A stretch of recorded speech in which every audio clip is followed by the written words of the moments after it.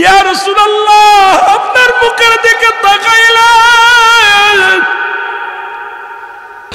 আমি জীবনে এত নূরের মানুষ জীবনে কোনদিন দেখি নাই রে।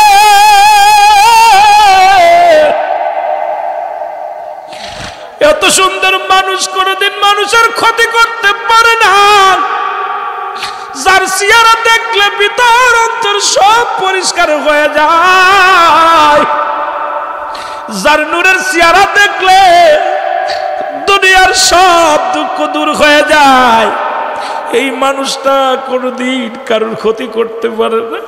ইয়া রাসূলুল্লাহ আমি আর একটা সেকেন্ড একটা মিনিট আমি আরো মুসলিম থাকতে চাই না, আপনি আমাকে কালেমা পড়ায় দেন, লা ইলাহা ইল্লাল্লাহু মুহাম্মাদুর রাসূলুল্লাহ।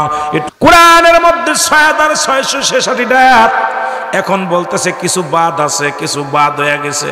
কিয়ামত পর্যন্ত কোরআনের একটা নুক্তা কেউ উঠানোর মতো ক্ষমতা নাই, একটা আয়াত কারো লেখার মতো ক্ষমতা নাই। কোরআন শুনলেই মনে হয় অনেক কোরআন। এই কোরআনটার মধ্যে বলছে কোরআন অধিকাংশ আয়াত জাল, কোরআনের মধ্যে অধিকাংশ সূরা জাল। এ মুসলমান শুনে নাও, ওই তারা বলতেছে কোরআনের মধ্যে একটা সূরা আছে, সেই সূরাটা হলো জাল। ওই সূরা ইখলাসের কথা বলতেছিলাম, যে সূরা নিয়ে আমি শুরু করেছি আলোচনা। মুসলমান শুনে নেন, এখন দুনিয়ার কিছু মৌলবী কাঠ মৌলবীরা বলতেছে সূরা, কারণ যারা দুনিয়ার মধ্যে যারা চন্দ্র পূজা করে, যারা দুনিয়ার মধ্যে গাছ পূজা করে, যারা দুনিয়ার মধ্যে প্রতিমা পূজা করে, তারা চিন্তা করে যদি আল্লাহকে এক বলে স্বীকার করি তাহলে চন্দ্র পূজা করা যাবে না, মাজার পূজা করা যাবে না, দরগা পূজা করা যাবে না, অন্যকে খোদা বানানো যাবে না, একমাত্র আল্লাহকে আল্লাহ বলে মানা লাগবে। এখন এই সমস্ত মুফতি ফতোয়া ইসরায়েলের সামচারা শুরু করছে, বলছে সূরা ইখলাস হলো জাল জাল, অথচ কোরআন আমরা পড়েছি, আমার আল্লাহ বলেন যালিকাল কিতাবু লা রাইবা ফীহি, আল্লাহ বলেন এটা সেই কিতাব যার মধ্যে কোনো সন্দেহ নাই। এই কোনো সন্দেহ নাই, সন্দেহ আছে? কথা কন না কেন? কোরআনের মধ্যে কোনো সন্দেহ আছে? একটা আয়াতেরও সন্দেহ আছে? ঈমান থাকবে না, কোন জের জবর নুক্তা পরিবর্তন করা সম্ভব না, কিয়ামত পর্যন্ত হবে না।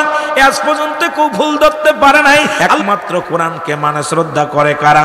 হেদায়েত প্রাপ্ত বান্দা যারা। জোরে জোরে চিল্লায় বলেন ঠিক কিনা? তবে এর মধ্যে আবার এক শ্রেণী আছে যারা বলে মানতে পারি না। আল্লাহ বলে আমিনান নাস, মানুষের মধ্যে মায়াকুল তারা বলবে আমান্না, তারা ঈমান আনছে বিল্লাহি, আল্লাহর প্রতি, ওয়াবিল ইয়াউমিল আখির, আখিরাতের প্রতি বিশ্বাস স্থাপন করছে। ওমা হুম বিমুমিনিন, আল্লাহ বলে এক শ্রেণী মানুষ হাবিবরা আপনার কদমের মধ্যে যাবে, তারা দেখবেন দাড়ির মধ্যে ইসলাম, টুপির মধ্যে ইসলাম, লিবাসের মধ্যে ইসলাম, অন্তরের মধ্যে ইসলাম ঢুকাতে পারে না। এমন আল্লাহ ডাকতে বলে হাবিবরে অমিনান নাস, নাস শব্দের অর্থ মানুষ, মানুষের মধ্যে আছে তারা বলবে মায়াকুল, তারা বলবে আমান্না, তারা ঈমান আনছে বিল্লাহি, আল্লাহর প্রতি, ওয়াবিল ইয়াউমিল আখির, আখিরাতের প্রতি বিশ্বাস স্থাপন করছে। আমা হুম বিমুমিনিন, তারা বলবে আমরা মুমিন, আমরা মুত্তাকিন। আল্লাহ কয় না না, তারা মুত্তাকিন নয়, তারা ঈমানদার নয়, ওদের জন্য আমি আল্লাহ রেখে দিলাম মুইদ্দাতুল কাফিরিন, ওই কাফের বেঈমান মুনাফিকদের জন্য আমি আল্লাহ প্রস্তুতি করে রাখলাম, একটা নয় দুটি নয়, ৭টা জাহান্নাম। কিডা কিডা যাবেন একটু হাত দুখানা দেখা। আল্লাহ বলে মুমিনদের জন্য, মুত্তাকিনদের জন্য আমি আল্লাহ ৮টা জান্নাত প্রস্তুতি করে রাখছি। জোরে বলেন মারহাবা। কয়টা? কয়টা? ঈমানদারদের জন্য জান্নাত প্রস্তুতি আছে কয়টা? আপনাদের জন্য শুভ সংবাদ, কাফের বেঈমানদের জন্য দুঃসংবাদ। নামাজ পড়ে না, শরীয়তের বিধান মানে না, নবী মানে না, ইসলামের বিধান মানে না, এদের জন্য সুখবর হলো খারাপ খবর, আর আমাদের জন্য হলো শুভ খবর। ওদের জন্য হলো দুর্খবর, দুঃসংবাদ, আমাদের জন্য সুসংবাদ। আর দুইটা সংবাদ দিছে, ঈমানদারদের জন্য আমি রাখছি ৮টা জান্নাত। তাহলে কোরআনের মধ্যে এখন শুনেছেন, এখন কোরআনের মধ্যে হাত লাগায় দিছে। যারে কোরআনের মধ্যে ভুল আছে, ভুল আছে, ভুল আছে, আমার বাবারা শুনে নেন, কোরআনের মধ্যে কোনো ভুল নাই, কোরআনের মধ্যে ভুল নাই।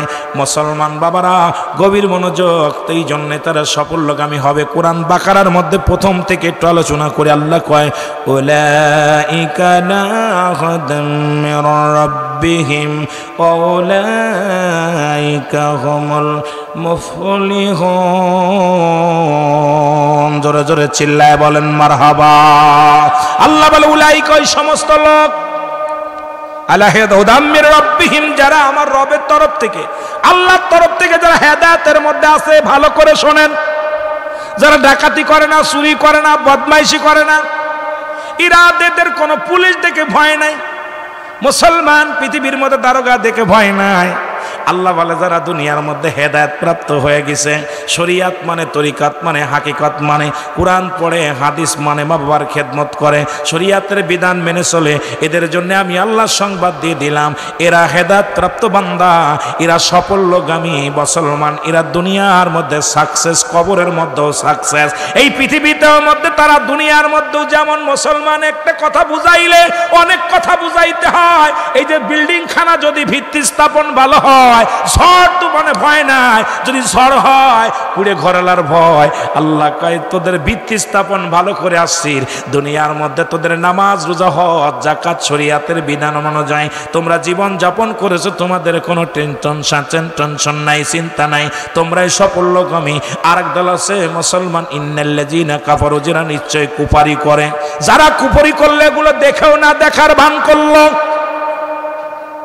বেশি দূরে যাব না, কোরআন থেকে একটু প্রথম আয়াত থেকেই কিছু কথা বলতে গেলে প্রথম থেকে শুরু করে কিছু কথা বলতে চেয়েছিলাম। আল্লাহ যে এত বিধান কোরআনের মধ্যে দিয়া দিছে, এত সুন্দর কথা, যে তাফসির নাম দিছি, কিন্তু আয়াত তাফসির দিয়া কয় অমুক পীর ল্যাংটা হয়ে গেছে, অমুক পীর এ করছে, অমুক মেয়ে ল্যাংটা হয়ে গেছে, অমুক ঘুষ খাইছে, অমুক সুদ খাইছে, এই জালিম সরকার এ মরে গেছে, ও মরে যাচ্ছে, ওরে জাহান্নামে ঢুকাচ্ছে। আয়াতটা ফেতনা শুরু করে দিয়ে গেছে। আয়া বক্তা ওয়াজ পকেট বইরা টাকা নিয়ে গেছে, ভালো মন্দ খায়া গেছে, সমাজের মধ্যে অট্টগোল করে থুয়ে গেছে। জোরে বলেন ঠিক কিনা? আমার ভাইরা, আমার বন্ধুরা, আমার কোরআন এত মধুর, যেটা বুঝলে আপনারা ভালো বুঝবেন। খাত্তাবের বেটা হযরত উমর ফারুক রাদিয়াল্লাহু তাআলা আনহু, তখন হযরত উমর হয় নাই, তখন শুধু উমর, খাত্তাবের বেটা উমর, খোলা তরবারি নিয়ে ও মুসলমান বাতিলদের পক্ষে যখন উমর কথা বলতেন, খোলা তরবারি নিয়ে চলে আসতেছেন। আব্দুল্লাহ বিন নাইম উনি এসে বললেন, আব্দুল্লাহ বিন নাইম উনি এসে বললেন, খাত্তাবের বেটা উমর তুমি কোথায় যাও? কয় খোলা তরবারি নিয়ে যাচ্ছি, মুহাম্মদ সাল্লাল্লাহু আলাইহি ওয়াসাল্লাম তাকে হত্যা করব, তাকে দুনিয়া থেকে ইসলামের নাম, ইসলামটাকে নাকি আল্লাহ ছাড়া কেউ নাই, তিনি নাকি আল্লাহর প্রেরিত রাসূল, তিনি নাকি নবী হয়েছে, যার বাবা নাই, যার মা নাই, দুনিয়ার মধ্যে এতিম। এই দুনিয়ার মধ্যে এতিম মানুষ সে কেমনে নবী হয়?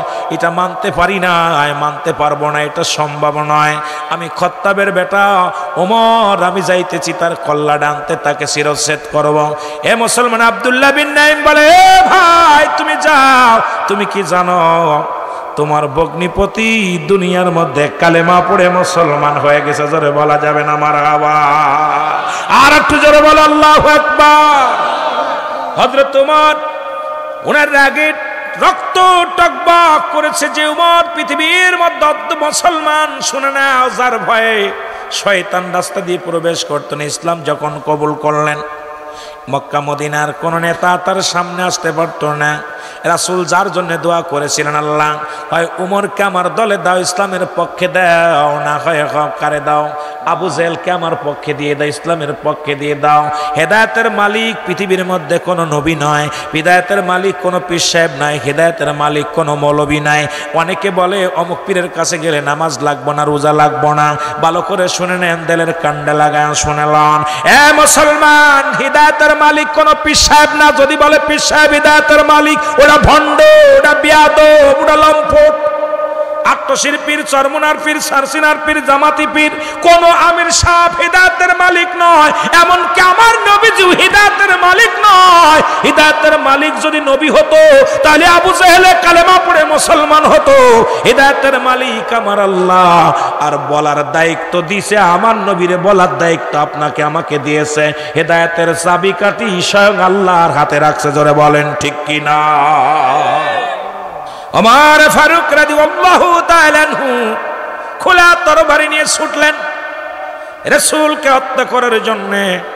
উনি রাগান্বিত হয়ে চললেন। সাহাবীরা বলে, ইয়া রাসূলুল্লাহ, ইয়া হাবিবাল্লাহ, হযরত উমরে ফারুক, খাত্তাবের বেটা উমর তখন উমরে ফারুক হয় নাই, রাদিয়াল্লাহু তাআলা হয় নাই। হযরত উমরে ফারুক আসতেছে আপনাকে হত্যা করার জন্য আসছেন। নবীজি বললেন, তোমরা চুপ করো, আসতে দাও, আগে তাকে বাধা দিও না, আসতে দাও। হযরত মুসলমান রাসূল আকরাম সাল্লাল্লাহু আলাইহি ওয়াসাল্লাম বলেন, আসতে দাও। সাহাবীরা যে যার মতো পজিশন নিলেন, কারণ না জানি খাত্তাবের বেটা উমর এত রাগান্বিত, না জানি কতল করে, রাসূলের সঙ্গে দুর্ব্যবহার করে, আজকে তারে ফিরে যেতে দিব না। সাহাবীরা যার মতো পজিশন নিলেন। নবীজি বললেন, তোমাদের এই পজিশন নেওয়া লাগবে না, খাত্তাবের বেটা উমর আসবে, মুসলমান শুনে নাও। এ আমার ভাইরা, এদিকে নবীজি অপেক্ষা রইলেন। হযরত উমর আস্তে আস্তে করে চলে গেলেন, বোনের বাড়িতে চলে গেলেন। যা দেখে ঘরের মধ্যে, মুসলমান শুনে নাও, ঘরের মধ্যে কুরআনুল কারীম তেলাওয়াত করেন বোন ভগ্ন, এক না দুজনে মুসলমান, এই দুজন বৈশা বৈশা কুরআনুল কারীম পড়ে জোরে জোরে চিল্লায় বলেন মারহাবা। সূরা তাহা, সূরা তাহা পড়তেছে, তাহা। শোনেননি কথা, বোঝেন? এটা সূরার নাম কি?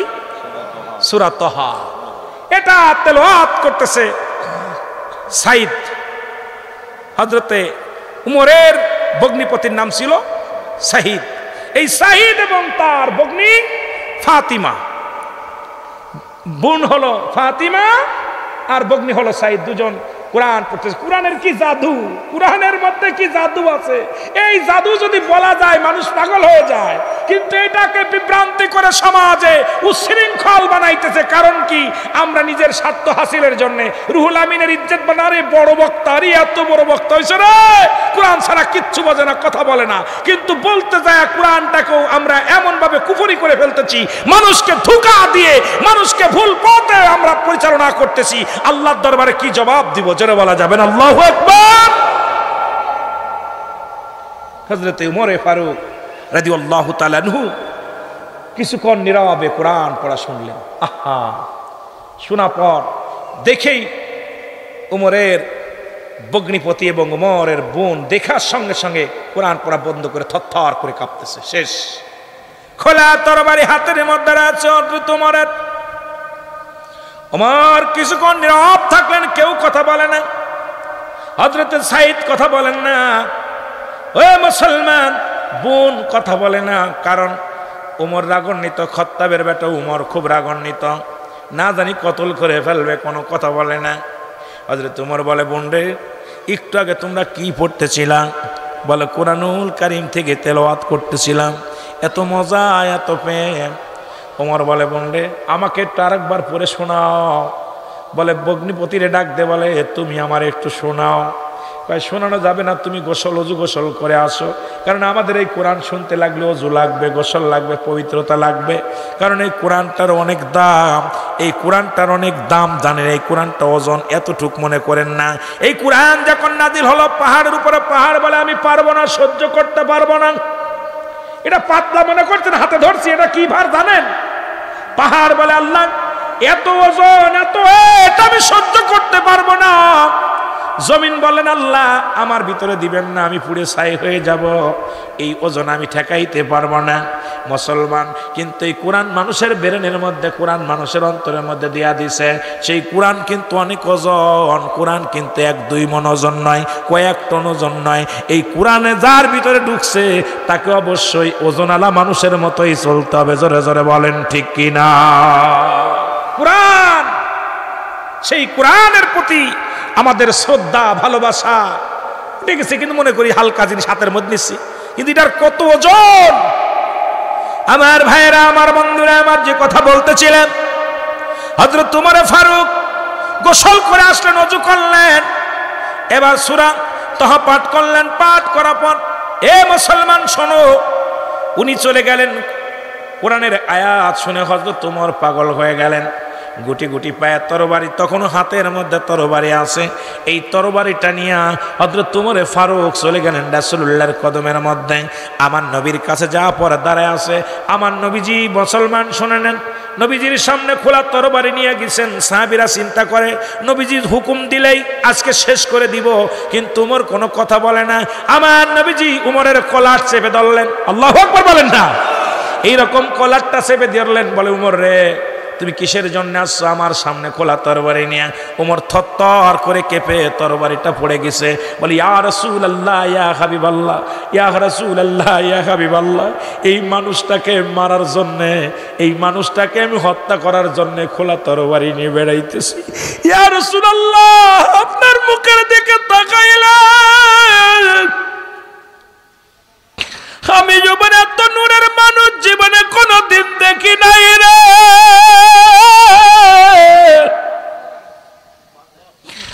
এত সুন্দর মানুষ কোনদিন মানুষের ক্ষতি করতে পারে না, যার চেহারা দেখলে ভিতর অন্তর সব পরিষ্কার হয়ে যায়, যার নূরের চেহারা দেখলে দুনিয়ার সব দুঃখ দূর হয়ে যায়, এই মানুষটা কোনদিন কারোর ক্ষতি করতে পারে না। ইয়া রাসূলুল্লাহ আমি আর একটা সেকেন্ড, একটা মিনিট আমি আরো মুসলিম থাকতে চাই না, আপনি আমাকে কালেমা পড়ায় দেন, লা ইলাহা ইল্লাল্লাহু মুহাম্মাদুর রাসূলুল্লাহ। শুনে নাও, ঘোষণা করে দিলেন এখন মক্কা মদিনায় কাবা ঘরে এখন থেকে সরাসরি আযান হবে, জামাত হবে, নামাজ হবে, কেউ ঠেকাতে পারবে না। ওমর বললেন ইয়া রাসূলুল্লাহ ইয়া হাবিবাল্লাহ, আর আমরা চুপে চুপে নয়, চুপে চুপে নয়, আজ থেকে সশরীরে জমিনের মধ্যে কালেমার দাওয়াত প্রচার হবে, আজ থেকে নামাজ হবে, জামাত হবে, আযান হবে, সব কিছু ওপেন চলবে। জোরে জোরে চিল্লায় বলেন মারহাবা। আর একটু জোরে বলেন আল্লাহু আকবার। এই উমরে ফারুক কালেমা পড়লেন কোরআন পড়া শুনে, আর আমরা কোরআন পড়া শুনে গোমরা হই। কোরআন পড়া শুনে হযরত উমরে ফারুক, এ মুসলমান শুনে নাও, এ দুনিয়ার মুসলমান, উমরে ফারুক কেমন নেতা ছিল। এক ইহুদি মদ পান করতে করতে ওপেন রাস্তা দিয়ে চলে, কি খায় মদ খাইতে খাইতে রাস্তা দিয়ে চলে, হঠাৎ উমরে ফারুক রাস্তার মধ্যে আগমন। হযরত উমরকে দেখে থরথর করে কাঁপন শুরু করে দিছে। আল্লাহ আজকে নিস্তার নাই, কারণ খাত্তাবের বেটা উমরের সামনে যদি মদ দেখি আজকে আমার নিশ্চিত গর্দান চলে যাবে। উনি ডাকতে বলে আবার আল্লাহ, এই মদের বোতল যদি দুধের বোতল হয়ে যায়, কথা দিলাম জীবনে আর কোনোদিন মদের পেয়ালা হাতে নিব না। ইসলাম প্রচার করেছিল কেমন, একটা কথা বলতে যা অনেক কথা চলে আসতেছে সাহাবীর জীবনী নিয়ে। হযরত ওমর ফারুক রাদিয়াল্লাহু তাআলা আনহু, আমার ভাইরা, আমার বন্ধুরা, আমার ভাই ইহুদি তুমি কি খাও? কি খাও? উনি জামার নিচে লুকায় ফেলেছে মদের বোতল। এই ওটা কি? হুজুর এটা দুধের বোতল। কিসের বোতল? কথা কয় না করে, এটা জোরে কয় না করে। কিসের বোতল? দুধের বোতল। বলে ফেলেছে দুধের বোতল। এখন তো দেখি দি আমার কাছে দেখাও দেখি। থরথর করে কাঁপা শুরু করতো, জানে এটা মদের বোতল। কিসের বোতল? মদের বোতল। আর কোচ আল্লাহ আল্লাহ গো আজকে বাঁচাও, আজকে আমার রক্ষা নাই, এটা তো মদের বোতল, মরেছি, আল্লাহ আজকের মতো বাঁচাও, জীবনে আর কোনোদিন যদি জীবনে আর মদ গালে দেবো না, হাতে ধরবো না। মদের বোতল দিয়া কয় হাতে নবীজি ইরা হযরত উমরের হাতে দিছে। মদের বোতলটা হযরত উমরে ফারুক হাতের মধ্যে নিয়ে এইভাবে ঢালতেছে। দেখি কি ঢালছে, দেখে আল্লাহর কি কুদরতি, মদের বোতল পুরো দুধের বোতল হয়ে গেছে। জোরে বলা যাবে না সুবহানাল্লাহ? আর একটু জোরে বলেন না। ওদের থরথর করে কাঁপে আর বলি আমিরুল মুমিনিন হযরত উমরে ফারুক, আল্লাহর কসম করে বলি, যার হাতে আমার জান, যার হাতে আমার প্রাণ, আমি সেই সত্তার কসম করে বলি, যে ব্যক্তিকে আমি আল্লাহকে ডাক দিয়ে ভয়ে, যার ভয়ে আমি বলেছিলাম আল্লাহ তুমি আমার মদের বোতলটাকে দুধের বোতল বানায় দাও, যে খোদা আমার এইটুকু ভয় তাকওয়া করার কারণে, আল্লাহকে এতটুকু ভয় করার কারণে যে আল্লাহ মদের বোতলটাকে দুধের বোতল বানায় দিতে পারে, আর 1 মিনিট নয় 2টা মিনিট নয় আমাকে আপনি কালেমা পড়ায় মুসলমান বানায় দেন, আমি আর জীবনে কোনোদিন মদের বোতলে হাতে নিব না, জীবনে কোনোদিন আর মদ পান করব না, জীবনে আর কোনোদিন আমি অন্যায় করব না, জীবনে আর কোনোদিন আমি অমুসলিম থাকব না, আজ থেকে আমি ইসলামের মধ্যে ঢুকতে চাই, আজ থেকে আমি মুসলমান হয়ে যেতে চাই, আজ থেকে আমার দ্বারাই কোনো অন্যায় হবে না, আমার দ্বারাই কারোর ক্ষতি হবে না, আমার দ্বারাই কোনো মাদক সেবন হবে না। আমিনুল মুমিনিন আপনি ওই সত্য কালেমার মালা আমার পড়াইয়া মুসলমান বানায়া দেন। লা ইলাহা মুহাম্মাদুর রাসূলুল্লাহ সাল্লাল্লাহু। আবার নেতা ছিল কেমন নেতা, সুবহানাল্লাহ বলেন না। শুধু এটা নয়, হযরত ওমর ফারুক যখন খলিফা হলেন, কি হলেন? খলিফা হলেন। উনি মানুষের বাড়ি বাড়ি ঘুরে ঘুরে দেখতেন, আমাদের মতো নেতা না। আমার গ্রামে যদি ইউনিয়ন চেয়ারম্যান হয়, মেম্বার হয়, ওরে ভাব, এমপি সাহেবের কথা আর কি বলবো, ভোট যা পরে চুরি করে নিয়ে যদি ও একজন মন্ত্রী হয়, এমপি হয়, গ্রামের মানুষের আর দরকার নাই, ইউনিয়নের মানুষের দরকার নাই, ইবাদন্ডে জেলার মানুষের দরকার নাই, থানার মানুষের দরকার নাই। ওই এমপি সাহেবের 5-8টা কিছু কুত্তা আছে, মুসলমান ওই মন্ত্রীর কিছু 5-8টা কুত্তা আছে, আবার চেয়ারম্যানের কিছু 5-8টা গোলাম আছে, মেম্বারের কিছু 5-8টা গোলাম আছে। এই গোলামদের কারণে সাধারণ পাবলিক গুলো ন্যায্য অধিকার পায় না, তাদের কাছ থেকে কিছু পাওয়া সম্ভব নয়, কথা বলাও সম্ভব নয়। জোরে বলেন ঠিক কিনা? কেমন নবীর একজন সাহাবী ছিল, কেমন নবীর একজন রাষ্ট্রপ্রধান ছিলেন। রাষ্ট্রপ্রধান শুধু দেখেন না, রাষ্ট্র কেমন চালাই। হযরত ওমর ফারুক রাদিয়াল্লাহু তাআলা আনহু, এ মুসলমান শুনে নাও, খাত্তাবের বেটা ওমর বাড়ি বাড়িতে যাইতেন, কোন বাড়ি কি অবস্থা আছেন, প্রতিবেশীর হক আল্লাহ যাররা ব্যবহার করছে কোরআনের মধ্যে, প্রতিবেশীর হকের কথা বলতে যাইয়া আজকে ইউনিয়ন চেয়ারম্যান, মেম্বার, ও মুসলমান এমপি মন্ত্রীরা শুনে নাও, তুমি আল্লাহর দরবারে কি জবাব দিবা? যেহেতু তোমার মহল্লার কোন মানুষ যদি না খেয়ে মারা যায়, ইয়াউমাল কিয়ামতের ময়দানে জবাব দিতে পারবা না, বেজ্জিত হয়, লাঞ্ছিত হয়, এর জবাব তুমি আল্লাহর দরবারে দিতে পারবা না। বাবারা আমার, হযরত ওমর কেমন নেতা ছিল, উনি বাড়ি বাড়ি ঘুরে যায়, দেখেন একটা ঘরের মধ্যে টিপ টিপ করে আলো জ্বলতেছেন, টিপ টিপ করে আলো জ্বলে। হযরত ওমর দাঁড়াই রইলেন, দরজার পাশে দাঁড়াই রইলেন, দেখো এই মহিলার সন্তানগুলো কান্নাকাটি করে, মা খাবার দাও, মা খাবার দাও। মা জননী অনেক কষ্ট করে বুঝাইলেন, বাবা একটু ধৈর্য ধর, খানা হবে। এরপরে পানির ভিতরে কিছু পাথর, ছোট ছোট পাথর দিয়া জ্বালাইতে লাগলেন, পাথরগুলো জ্বালাইতে লাগলেন। মুসলমান শুনে নাও, হযরত ওমর ফারুক দেখতে লাগলেন ঘন্টা হয়ে যায়, খাবার হয় না। সন্তানেরা মা মা বলে কান্দে, মা গো আর সহ্য করতে পারি না, খোদার যন্ত্রণা সহ্য করতে পারি না, খাবার দাও। কাঁদতে কাঁদতে ক্লান্ত হয়ে ঘুমায় পড়েন। মহিলা চোখের পানি ছেড়ে কান্দে, আল্লাহ সন্তানেরা ঘুমায় গেল, সন্তানদের খাবার দিতে পারলাম না, সন্তানেরা না খেয়ে ঘুমায় গেল, আমার তুমি খাবারের ব্যবস্থা করতে পারি না আল্লাহ। আল্লাহ দরবারে কান্দে। হযরত ওমর ফারুক যা বললেন, সালাম দিয়ে বলে, মহিলা মেয়ে কিসের জন্য তুমি রান্না করতেছিলে, সন্তানেরা ঘুমায় গেল, এত সময় রান্না করতেছিলে? বলে, কে গো? আমি আপনারা চিনলাম না।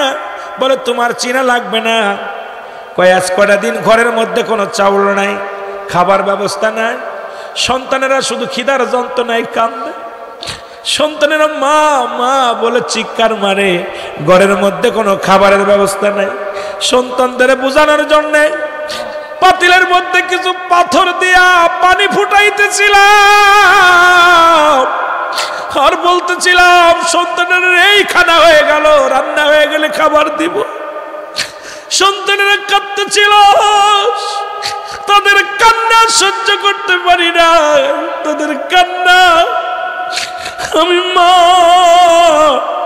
ওই সন্তানের চোখের পানি সহ্য করতে পারি না, তাদেরকে বুঝ দিয়েছি হুজুর এই খানার মধ্যে শুধু পাথর আর পানি জ্বালাইতেছিলাম।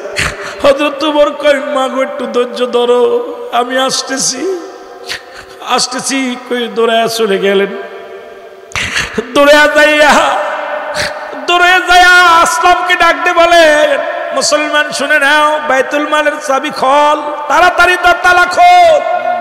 তালা খুললেন, হযরত আসলামকে ডাক দিয়ে বলে, আসলাম রে তাড়াতাড়ি দরজা খুলে দে।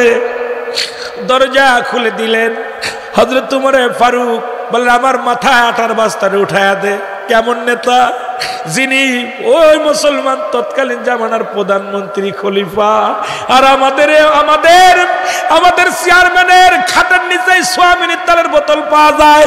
আমাদের দেশের চেয়ারম্যানের ঘরের মাঝে খুঁজলে ওই মুসলমান গরিবের 2 কেজি চাউল পাওয়া যায়, গম পাওয়া যায়। সরের দলের আসন ওরা 2 কেজি চাউলের সহ্য করতে পারিস না, 2 লিটার সোয়াবিনের তেল সহ্য করতে পারিস না।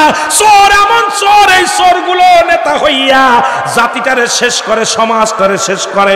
গরিবের 2-5 কেজি চাউলের লোক যারা সামলাতে না পারে, তারা আবার কেমনে এলাকার নেতা হয়, সমাজের নেতা হয়? জোরে জোরে চিল্লায় চিল্লায় বলেন ঠিক কিনা?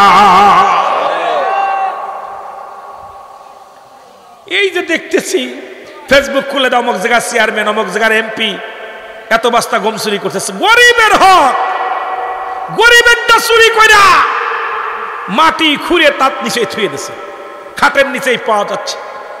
আহা, নিজে তো দিবেই না, সরকার সেটা দিতেছে, সেটা চুরি করতেছে। এই চোরগুলো কফেন আমি মনে করি গুলি করে মেরে ফেলে দেওয়া উত্তম। জোরে বলেন ঠিক কিনা? কি চোর!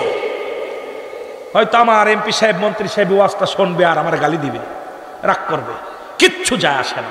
মরতে হবে, বাঁচার জন্য দুনিয়া আসেনি, এসেছি যেহেতু যেতে হবে। জোরে বলেন ঠিক কিনা? বন্ধুগণ আমার শোনালেন যে কথা বলতেছিলাম, আসলাম বলে, হুজুর আমার মাথা উঠা দেন, আমি বন্ধ করে নিয়ে যাই। হযরত ওমর বলেন, না না, তুমি আমার মাথা উঠায় দাও। আমি আল্লাহর আদালতে কি জবাব দিব? আমি আল্লাহর আদালতে জবাব দিতে পারবো না। যদি আমার মাওলা ডাকবো, মার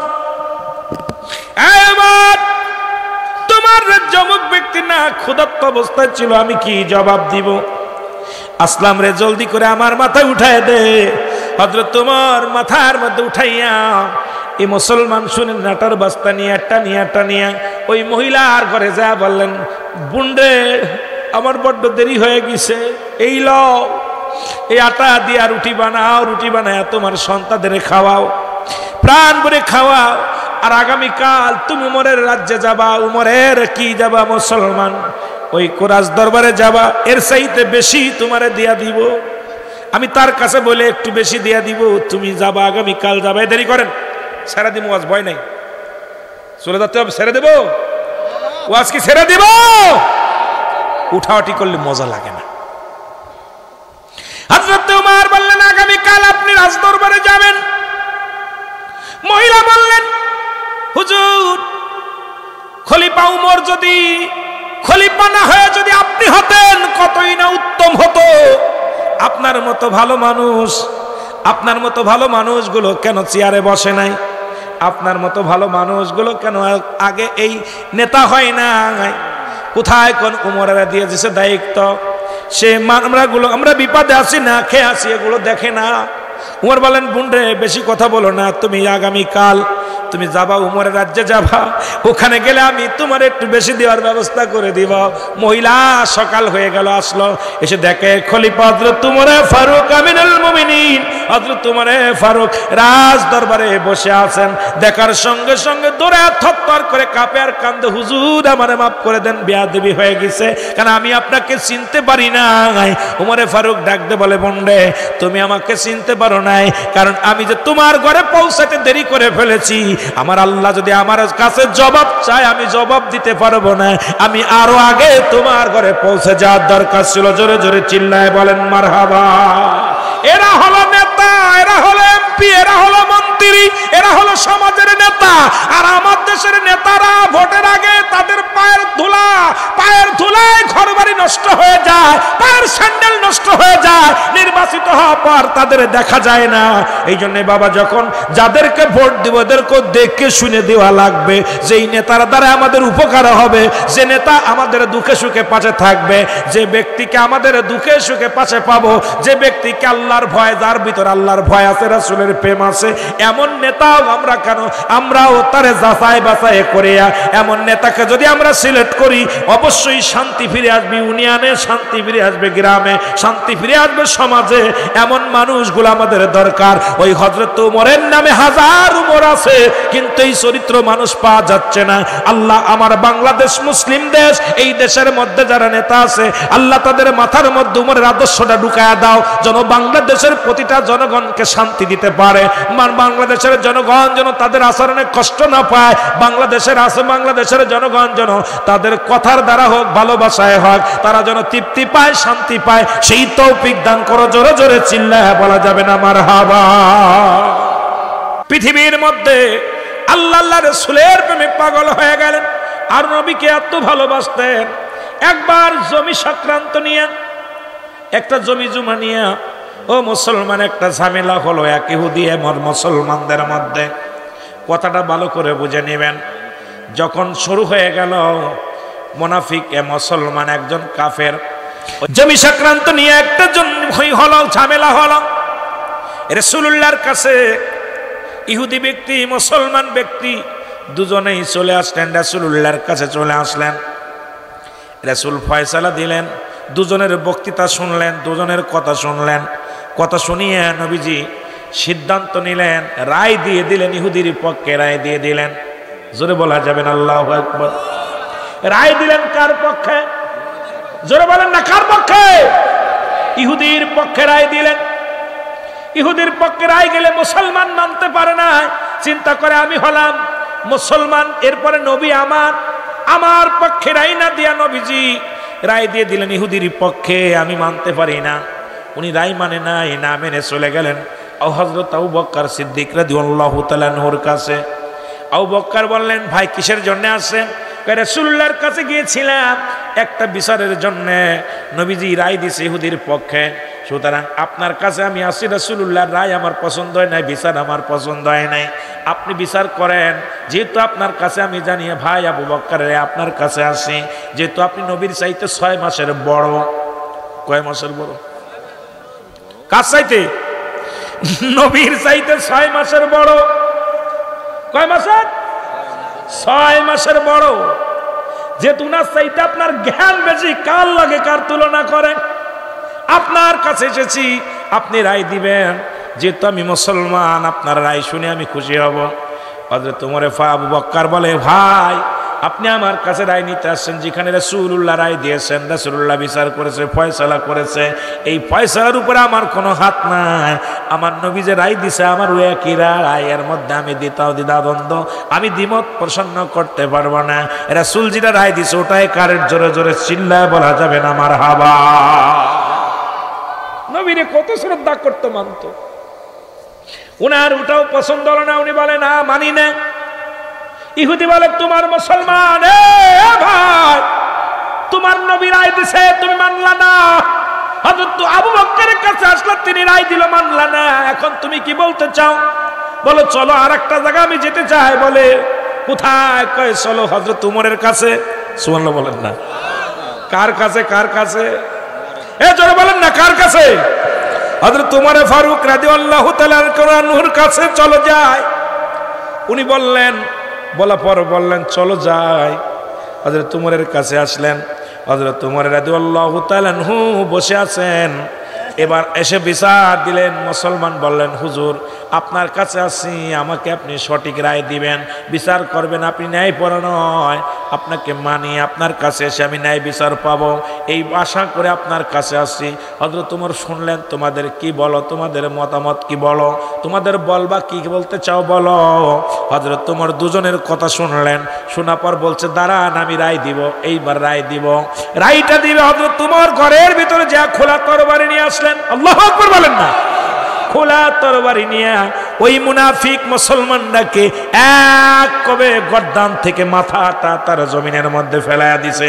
বলে যিনি রাসূলুল্লাহর রায় মানে না, যিনি আবু বকর রায় মানে না, আমার কাছে তার রায় হলো দুনিয়া থেকে বিদায়। কারণ আমার রায়, আমার বিচার হলো, আমার বিচার হলো দুনিয়ার জমিনে বাঁচার কোনো এখতিয়ার তার নাই। জোরে বলেন না মারহাবা। আর একটু জোরে বলা যাবে না আল্লাহু আকবার। যিনি রাসূলুল্লাহর রায় মানতে পারে নাই, যিনি হযরত আবু বকর রায় মানতে পারে নাই, এই মুনাফিকের বেঁচে থাকার কোনো এখতিয়ার নাই। আমার রায় হলো খোলা তরবারি দিয়ে কবে তাকে দুনিয়া থেকে চিরবিদায়। মক্কার জমিনে, মদিনার জমিনে রব উঠে গেল। হযরত উমর মুসলমান হত্যা করেছে, মুসলমান হত্যা করেছে, দাড়িওয়ালা হত্যা করেছে, কুরআনওয়ালাকে হত্যা করেছে। বিপদ না?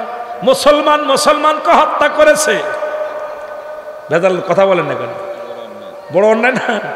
মুসলমানরা মুসলমানদের হত্যা করেছে, দাড়িওয়ালাকে হত্যা করেছে, টুপিওয়ালাকে হত্যা করেছে। আমার নবীর কাছে বিচার চলে আসলো, হুজুর আপনার হযরত ওমর ফারুক মুসলমানদের হত্যা করেছে, সে দাড়িওয়ালাকে হত্যা করেছে।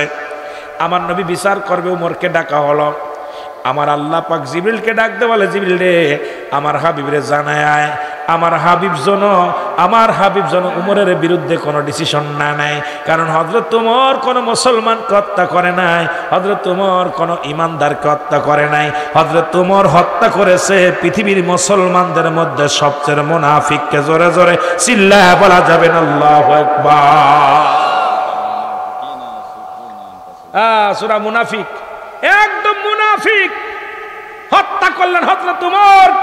হত্যা করি, ইয়া রাসূলুল্লাহ, ইয়া হাবিবাল্লাহ, আপনি উমরের বিচার করেন না, উমর ভুল করে নাই। উমর যাকে হত্যা করেছে সে দাড়িওয়ালা টুপিওয়ালা ছিল, সে পাঞ্জাবিওয়ালা ছিল, সে ইমানদার ছিল না, তার অন্তরের ভিতর নবীর প্রেম ছিল না। কারণ নবীর প্রেম যার মধ্যে নাই সে ইমানদার নাই, সে বেঈমানকে হত্যা করেছে। এই অসংখ্য দাড়িওয়ালা টুপিওয়ালা আজ পর্যন্ত নবীর বিরুদ্ধে কথা বলে, তাদেরকে হত্যা করা ফরজ হয়ে গেছে। যারা বলেন ঠিক কিনা? অসংখ্য দাড়িওয়ালা টুপিওয়ালা পাগড়িওয়ালা নবীকে মানতে পারে আল্লাহওয়ালা কাফের। আমি রুহুল আমিন সিদ্দিকের ফতোয়া হলো, এই দুনিয়ার মধ্যে যারা নবীকে বাদ দিয়ে আল্লাহকে পাইতে চায়, আমি রুহুল আমিনের ফতোয়া হলো এই আল্লাহওয়ালা কাফের, আল্লাহওয়ালা কাফের। আর এই কাফেরদের পিছনে নামাজ পড়বেন না। এই আল্লাহওয়ালা কাফের গুলো কুরআন মানে, হাদিস মানে, ইজমা মানে, কিয়াস মানে আমার নবী মানতে পারে নাই। আর নবী যারা মানতে পারে নাই এদের পিছনে নামাজ হবে না। নবী যারা মানতে পারে নাই তাদের সঙ্গে কোনো আপোষ নাই। নবী যারা মানতে পারে নাই এই মুনাফিকদের সাথে কোনো সম্পর্ক নাই। নবী যারা মানতে পারে নাই এদের সঙ্গে কোনো ভালোবাসা নাই। নবী যারা মানতে পারে নাই এই মুনাফিকদের সঙ্গে আমাদের কোনো বন্ধুতা নাই, ভালোবাসা নাই, কোনো আত্মীয় স্বজন কেউ নাই। তারা মুনাফিক, তারা মুনাফিক, তারা মুনাফিক। যারা বলেন ঠিক কিনা? আমার বাবারা, কোরআনটাকে তিনটা ভাগে ভাগ করেছে। কয়টা ভাগে? জোরে বলেন কয় ভাগ? তিন ভাগ। রাগ করবেন না কারোর বিপক্ষে চলে। নাম্বার এক ভাগ নিচে তাবলিগ জামাত। দেখবেন যত আমলের ওয়াজ আছে, আমলের এই নেকি, এত নেকি, এত নেকি, তাবলিগের জামাতে যারা করেন এই নেকির ওয়াজগুলো, এই নেকির আয়াতগুলো বেছে বেছে নিয়ে তারা এগুলোই চর্চা করে, বাজে দিকে আর খেয়াল করার সময় নেই। একটা ভাগ নিচে জামাত ইসলাম, রক্ত গরম হয় তাদের ওয়াজ শুনলে। যদি কেউ জামাত ইসলামের ভাইয়েরা থাকেন ভালো করে খেয়াল করবেন, দেখবেন যে ওয়াজ করলে মানুষের রক্ত গরম হয়, যে ওয়াজ করলে মানুষের ভিতরে একটা উত্তেজনা ভাব হয়, সেই ওয়াজগুলো তাদের মুখ দিয়ে বেশি বাইর হয়। আর একটা ভাগ নিচে পীর মুরিদি যারা করে, পীর সাহেবরা। মুরিদ কত কার হাজার বাড়ছে, আমার পীরের মুরিদ এত হাজার, আমার পীরের এত হাজার মুরিদ। উন্ডা বাইরে যদি ওয়াজ করে মুরিদে ছুটে যাবে, আর মুরিদে ছুটে গেলে পীর ব্যবসায়ী বন্ধ হয়ে যাবে, ঠিক কিনা? কথা বলেন না কেন?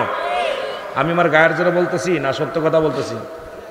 পীর মুরিদ থাকবে, কথা কন না কেন? উস্তাদ যদি ক্লাসে যায় ব্যাট ধরে বাড়ি শুরু করে, পরের দিন আর একটাও ক্লাসে পাইতো না ছাত্র, কথা চোখ বুঝে বাড়ি শুরু করলে। এই যে কোরআনকে পরিপূর্ণ তিনটা ভাগকে একত্রিত করে মানা এবং জানার নামই হলো ইসলাম। জোরে বলেন ঠিক কিনা? আর একটু জোরে বলেন আল্লাহু আকবার। আল্লাহ বলেন ইয়া আইয়ুহাল্লাযীনা আমানু, ঈমানদার বিশ্বাসীরা। এখানেও ইয়া আইয়ুহান নাস বলে নাই, ঈমানদারদের ডাক দিছে। আদখুলু ফিস সিলমি কাফা, পরিপূর্ণভাবে প্রবেশ করে ইসলামের মধ্যে। এখন ইসলামের আবিধানিক অর্থ নিয়ে যদি আলোচনা করি, ৮০ থেকে ৮২টা। ইসলাম মানে আত্মসমর্পণ, ইসলাম মানে নিজে না খেয়ে অন্যরে খাওয়ানো, ইসলাম মানে নিজে না ঘুমে অন্যরে ঘুম পাড়ানো, ইসলাম মানে একত্ববাদ, ইসলাম মানে শান্তি, ইসলাম মানে নারীর সতীত্ব পাহারা দেওয়া, ইসলাম মানে নিজে দুঃখে থেকে অন্যরে সুখে রাখা, ইসলাম মানে নিজে না খেয়ে অন্যরে খাওয়ানো। এখন এই শাব্দিক অর্থটা যদি কোনো মুমিনের ভিতরে থাকে, মুসলমানদের মধ্যে থাকে, সে পরিপূর্ণ মুত্তাকিন হয়ে যায়। জোরে বলেন ঠিক কিনা? আল্লাহ বলেন, আমি প্রথম যে সূরাটা পাঠ করলাম সূরা ইখলাস, আমার আল্লাহ বলেন হাবিবরে জানায়া দাও আমি আল্লাহ এক। সুবহানাল্লাহ বলেন না, আর একটু জোরে বলা যাবে না? কুল মানে বলো। আল্লাহ বলেন হাবিব ওদেরকে জানায়া দেন আমি আল্লাহ এক। আল্লাহ কয়জন? জোরে জোরে চিল্লায় বলেন কয়জন? আমার আল্লাহ একজন, আল্লাহর কোনো দ্বিতীয় নাই, ছেলে নাই, মেয়ে নাই, পরিবার পরিজন নাই। স্রষ্টা যিনি, আমরা হলাম সৃষ্টি, ঠিক কিনা? আমরা হলাম, আমরা কি সৃষ্টি, উনি কে? কথা কয় না কেন? উনি স্রষ্টা। এই স্রষ্টা যিনি, তিনি আমার আপনার রব। আল্লাহ বলেন হাবিব রে জানায়া দেন, ওদেরকে আপনি জানায়া দেন আমি আল্লাহ। আমার কোনো এই পৃথিবীর মধ্যে কাউকে আমি জন্ম দিই নাই, কারো থেকে জন্ম নিই নাই। আমার কোনো ছেলে মেয়ে নাই, কোনো পরিবার পরিজন নাই, কোনো আমার কি আছে শুনে নাও। আসমান জমিনের মধ্যে আমার সমতুল্য, আমার সমকক্ষ আর কেউ নাই। সুতরাং আমার আল্লাহর সমতুল্য, আল্লাহর সমকক্ষ এই পৃথিবীর মধ্যে কেউ নাই, তার কোনো পরিবার পরিজন নাই। কিন্তু আমার নবীজির বংশ আছে, নবীজির বাবা মা আছে, নবীজির জন্ম হয়েছে পৃথিবীর মধ্যে। আজকে মিলাদের ওয়াজ করতেছিল ছোট ভাই, এই জন্যে কথা বলি। আমার মিলাদ শব্দের অর্থই হলো জন্ম বৃত্তান্ত। আমার দেশের কিছু উলামা একরাম মিলাদের কথা শুনলেই নাক শিখতায়। শুনে নাও, ভালো করে শুনে নাও, পৃথিবীর মধ্যে মিলাদ শব্দের অর্থই হলো জন্ম বৃত্তান্ত। সুতরাং আমার নবীর জন্ম আছে, আল্লাহর জন্ম নাই। নবীর বাবার নাম আব্দুল্লাহ, আমার নাম আমেনা, দাদার নাম আব্দুল মুত্তালিব, দাদির নাম ফাতিমা। এ মুসলমান বংশ হলো কুরাইশ। এই পৃথিবীর মধ্যে নবী 570 খ্রিস্টাব্দে দুনিয়ার মধ্যে আছে। একমাত্র মিলাদ আছে আমার নবীর, মিলাদ নাই আমার আল্লাহর। জোরে বলেন ঠিক কিনা? আমার আল্লাহকে পার একমাত্র ঠিকানা। এখন আপনি মুসলমান হতে হলে আপনি পড়বেন লা ইলাহা ইল্লাল্লাহ মুহাম্মাদুর রাসূলুল্লাহ। আল্লাহ বলেন লা ইলাহা, নাই কোনো ইলাহ। আল্লাহ বলেন লা ইলাহা, নাই কোনো ইলাহ। ইল্লাল্লাহু, এক আল্লাহ ছাড়া, আমি আল্লাহ ছাড়া কিচ্ছু নাই। আল্লাহ ছাড়া ডানে তাকাবেন কিচ্ছু নাই, বামে তাকাবেন কিচ্ছু নাই, সামনে তাকাবেন কিচ্ছু নাই। আল্লাহ নিজের ঘোষণা লা ইলাহা, লাই লাই নাই নাই নাই নাই বলতে নাই, কিচ্ছু নাই। আল্লাহ কয় আমি ছাড়া কিচ্ছু নাই, সব কিছুর মালিক আমি আল্লাহ। তবে আমাকে পাওয়ার জন্য, আমাকে চিনার জন্য একটা মাধ্যম আছে। সেই মাধ্যমটা হলো মুসলমান মুহাম্মাদুর রাসূলুল্লাহ। জোরে জোরে চিল্লায়া বলা যাবে না সাল্লাল্লাহু। মা আছে, বাবা নাই, সন্তান পাওয়া সম্ভব নয়, ঠিক কিনা? বাবাও লাগবে, মাও লাগবে। আল্লাহকে পাইতে হলে এই পৃথিবীর মধ্যে নবীকে লাগবে। নবীকে চিনতে পারলে আল্লাহকে চেনা যাবে। আর আল্লাহ নিজেই জানিয়ে দেয় আমাকে পাওয়ার একটা মাধ্যম আছে, ঠিকানা আছে, আমার সন্ধান করার একটা জায়গা আছে। তো আল্লাহকে পাইতে হলে একটা মাধ্যম লাগে, ড্রাইভার লাগে। ওই ড্রাইভারটা হলো গাড়ি পর্যন্ত যেতে হলে সেই ড্রাইভারটা হলো আমার নবী রাহমাতাল লিল আলামিন। জোরে জোরে বলেন মারহাবা। এই জন্য নবী বলতেছেন হায়াতি খায়রুল লাকুম ওয়াফাতি খায়রুল লাকুম। ওই মুন্সি মৌলভী হাফেজ কারি, আল্লাহর নবী বলেন উম্মতিরা রে, আমি নবী দুনিয়ার মধ্যে আগমন করেছি। আমার হায়াতের জিন্দেগিটা, আমি নবীজির হায়াতের জিন্দেগিটা, প্রতিটা মানুষের হায়াত আছে, মৃত্যু আছে। নবীজিরও হায়াত নবী দুনিয়ার মধ্যে আছে। কিছু মানুষ কয় নবী আমগার মতো মানুষ, কিছু মানুষ কয় নবী সাধারণ মানুষ, নবী কয় আমাদের ছেলে, কেউ বলে আমাদের মেয়ে। এখন বুঝলে আপনাদের ভালো করে বুঝে নিবেন, অল্প সময়ের মধ্যে অনেক কথা বলা লাগবে। নবী বলতেছেন হায়াতি খায়রুল লাকুম, আমার হায়াতের জিন্দেগিটা, আমার ওই হায়াতের জিন্দেগিটা 570 খ্রিস্টাব্দে দুনিয়ার মধ্যে আমি আগমন করলাম। এরপর থেকে আমি 63 বছরের জিন্দেগিটাই হলো আমার হায়াতের জিন্দেগি। এই হায়াতের জিন্দেগিটা আমার উম্মতের জন্য। আমি নবী আমার উম্মতের সঙ্গে চলাফেরা করেছি, আমি আমার উম্মতের সঙ্গে কথাবার্তা বলেছি, আমি আমার উম্মতের মতো ঘর সংসার করেছি, আমি আমার উম্মতের মতো সব কিছু করেছি। এই জন্য আমার উম্মতের জীবন ধন্য, আমার উম্মতগুলো ধন্য ধন্য। জোরে জোরে চিল্লায় বলেন মারহাবা। নবীজি বলতেছেন আমার হায়াতের জিন্দেগিটা আমার উম্মতের জন্য কল্যাণ স্বরূপ। শরিয়াত, তরিকত, হাকিকত, মারেফাত, সাংসারিক জীবন, রাজনৈতিক জীবন, সমস্ত দিকে আমার নবী হলো উম্মতের শিখানোর জন্য আল্লাহ তারে পাঠাইলেন দুনিয়ার মধ্যে। যিনি কুল কায়নাতের নবী, নবীদের নবী, রাহমাতাল লিল আলামিন। জোরে বলেন মারহাবা। এত আমার নবীর আগমন। এইবার নবী বলতেছেন ওয়াফাতি খায়রুল লাকুম, নবী মামায়াতি খায়রুল লাকুম। নবী বলতেছে উম্মতিরা রে, আমি নবী দুনিয়া থেকে চলে গেছি। একদল মৌলবীরা কয় নবী মারা গেছে। নবী কি কয় শুনে নেন। নবী বলে উম্মতিরা রে, এই দুনিয়া থেকে আমি বিদায় হয়ে গেলাম। এটাও আমার নবীর উম্মত বলতেছেন। আমার নবীরা উম্মতিরা শোনো, আমার নবী বলতেছে উম্মতিরা এটাও উম্মতের জন্য কল্যাণ স্বরূপ। কারণ পৃথিবীর মধ্যে কোনো উম্মত যখন ভালো কাজ করে, আমি নবীর সঙ্গে সঙ্গে আমার আল্লাহর দরবারে আমি প্রশংসা করি আমার উম্মতের হইয়া। আল্লাহ অমুক গ্রামে কামরুজ্জামান, আল্লাহ টিপু মিয়া কোরআন পড়েছে, হাদিস পড়েছে, নামাজ পড়েছে, রোজা রাখছে, হজ করেছে, যাকাত দিছে, আমার আল্লাহর দরবারে প্রশংসা করে আমার নবীজি। আমার নবী যখন কোন উম্মত গুনাহের কাজ করে, বাজান রে আমার নবী ডাক দেয় কয় উম্মতিরা রে, সঙ্গে সঙ্গে আমি নবী আমার আল্লাহর দরবারে ইস্তেগফার করি। আল্লাহ অমুক গ্রামে টিপু মিয়া গুনাহ করেছে, তুমি তারে মাফ করে দাও। আল্লাহ আমি তার হয়ে ইস্তেগফার করলাম, ক্ষমা চাইলাম। মুসলমান, আমি মাঝে মাঝেই বলি গুনাহ করে, গুনাহ অন্যায় করে ছেলে মাফ চাই বাবা, অন্যায় করে গ্রামের ছেলে মাফ চাই চেয়ারম্যান মেম্বার যাইয়া, অন্যায় করে উম্মত ক্ষমা চায় আমার নবী। সেই নবীর পক্ষে থাকার দরকার আছে কি না? ফতোয়ায়ে দেওবন্দের মধ্যে প্রথম খণ্ড 24 নম্বর পৃষ্ঠা। যদি কোনো হ্যারাম থাকে কোনো মুফতি সাহেব কিতাব নিয়ে আসেন। ওহাবিদের কিতাব আমাদের কিতাব নাই। কিতাবের মধ্যে ঘোষণা করেন কে মুফতি শফিক আহমেদের লেখা, আমার আপনার কবি নয়। যিনি লেখছেন দেওবন্দ মাদ্রাসার, যিনি মুসলমান মুহাদ্দিস হয়েছেন, হাটাজারি মাদ্রাসায় যারা লেখাপড়া করেছেন, যারা দেওবন্দ মাদ্রাসায় পড়েছেন, বাংলাদেশের কওমি জামাতের ছাত্র ভাইরা শুনে নেন। কিতাবের নাম ফতোয়ায়ে দেওবন্দের মধ্যে প্রথম খণ্ড 24 নম্বর পৃষ্ঠার মধ্যে মুফতি শফিক আহমেদের লেখা কিতাব। রাসূলের উপরে দুরূদ ও সালাম পাঠ করা উত্তম সুন্নাত, উত্তম মুস্তাহাব। একটা দলিল দেখা হারাম, জীবনে নবীর দুরূদ পড়ব না, মিলাদ পড়ব না, কিয়াম করব না। একটা দলিল যদি ইমাম সাহেব দেখাইতে পারো, তোমার বাড়িতে সারা জীবন গোলামি করব, খাবার চাবো না, খাইতে চাবো না, পড়তে চাবো না, পৃথিবীর মধ্যে কোনো কিছু চাবো না। একটা দলিল দেখায় দাও, জায়েজ নাই। কিন্তু হারাম একটা দলিল দেখায় দাও, খালি পাইছো বেদাত আর বেদাত। বেদাতের সংখ্যার কথা বলতেছিলাম। কোন বেদাত? বেদাতে আছে না বেদাতে সাইয়া? কোন বেদাত করা জায়েজ, কোন বেদাত করা জায়েজ নাই। এখন যদি বলি মৌলভী সাহেব সব ধরা পড়ে যাবেন। আসল আমাদের মুখ নারায়ণ না, আমরা ফতোয়া দিলে কিন্তু ইমামতি থাকবে না। জোরে বলেন ঠিক কিনা?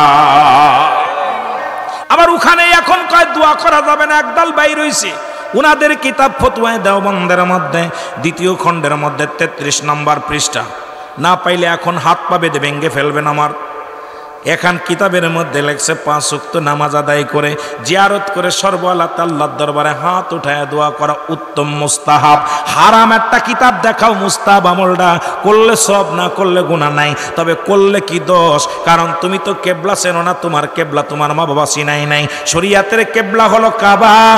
মুসলমান আলেম ওলামা গভীর মনোযোগ, শরীয়তের কেবলা হলো কাবা, দুজানের কেবলা হলো রাহমাতাল লিল আলামিন, মুনাজাতের কেবলা হলো আরশে আজিম। তুমি তো আরশে আজিম পর্যন্ত চেনো নাই, তুমি চিনছো মানুষের পকেট কাটা, তুমি চিনছো ভিক্ষে করা, তুমি চিনছো ইমামতি, তুমি চিনছো দুনিয়ার মধ্যে মানুষকে ঠকবাজি কেমনে করা যায়। আরশে আজিম যে ব্যক্তি চেনে সে মুনাজাতে পাগল হয়ে যায়। জোরে বলেন ঠিক কিনা? ভাই মুসলমান ঠিক রাখো ঈমান, দিন ইসলাম যেন ডোবে না। আল্লাহ আল্লাহ হে মুসলমান ঠিক রাখো ঈমান, দিন ইসলাম যেন ডোবে না। আল্লাহ আল্লাহ নামাজ পড়ো রোজা রাখো, সালেম করো দিলখানা, আরে কিয়ামত আল্লাহর কাছে চলবে না তোর বাহানা। হে মুসলমান ঠিক রাখো ঈমান, দিন ইসলাম যেন ডোবে না। আল্লাহ আল্লাহ আর বেনামাজি সকল খর শয়তান, দোজখ তাদের ঠিকানা। আল্লাহ আল্লাহ আর বেনামাজি জিনাখর শয়তান, দোজখ তাদের ঠিকানা। আর কিয়ামতে মওলার কাছে চলবে না তোর বাহানা। হে মুসলমান ঠিক রাখো ঈমান, দিন ইসলাম যেন ডোবে না। আল্লাহ আল্লাহ আরে আইসা ভবে যাইতে হবে, দেখেও কেন দেখো না। আরে অদম রুহল কান্দে বলে, হায় হায় গঙ্গাল রুহল কান্দে বলে, তোমরা সুন্নি জামাত সাই রওনা। হায় মুসলমান ঠিক রাখো ঈমান, দিন ইসলাম যেন ডোবে না। আর দিন ইসলাম যেন ডোবে না। আল্লাহ আল্লাহ লা ইলাহা ইল্লাল্লাহু মুহাম্মাদুর রাসূলুল্লাহ সাল্লাল্লাহু আলাইহি ওয়াসাল্লাম।